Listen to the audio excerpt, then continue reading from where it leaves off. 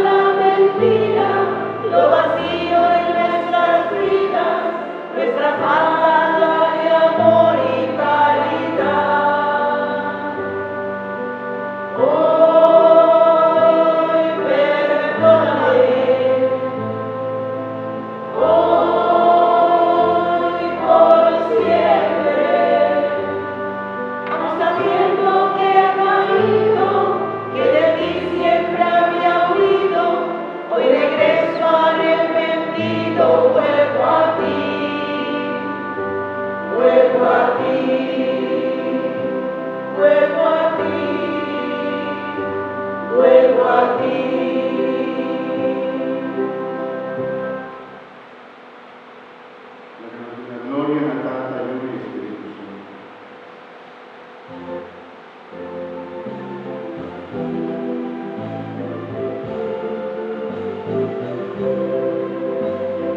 Gloria al Señor, que reina en el cielo, y en la tierra paz a los hombres que ama Él. Gloria al Señor, que reina en el cielo, y en la tierra paz a los hombres que ama Él.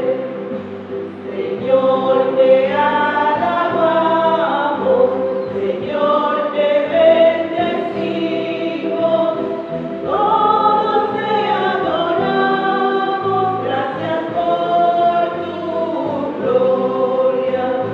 Gloria al Señor, que reina en el cielo, y en la tierra paz a los hombres que ama Él.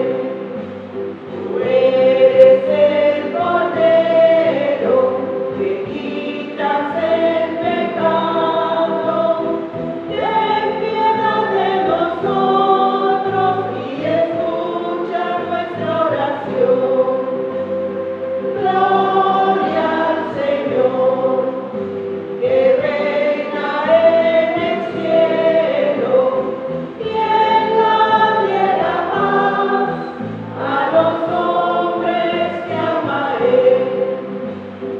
Tú solo eres santo, tú solo eres altísimo, con el Espíritu Santo y en la gloria de Dios Padre. Gloria al Señor, que reina en el cielo, y en la tierra paz a los hombres que ama Él. Láganos tu mesa, oh Dios Padre, Concepción Inmaculada de la Virgen María, o ha preparado un milagrino para tu vista vivo amor de Jesús, o aguarda su